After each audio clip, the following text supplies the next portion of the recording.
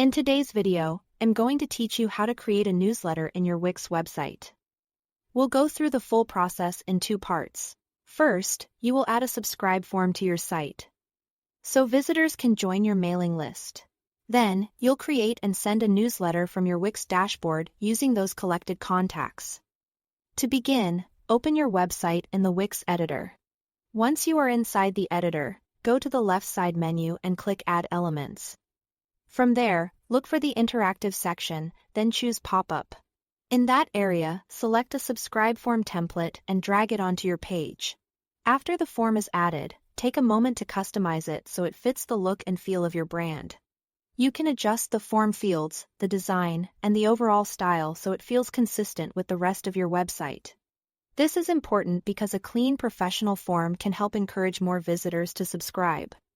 When everything looks the way you want, publish your site.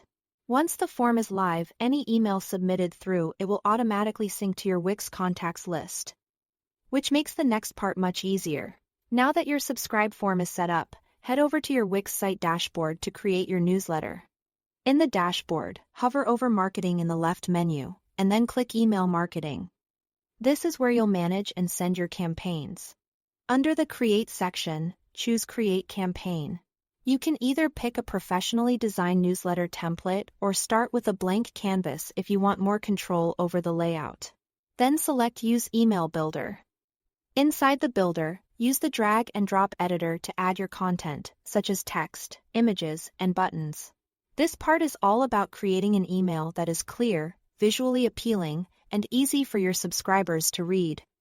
When your content is ready, click Next.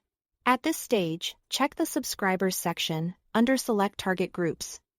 Go to Contacts. Then click Add Contact to add the recipients you want to include. Make sure you are selecting the right audience so your newsletter reaches the people who signed up through your site. After that, click Next again.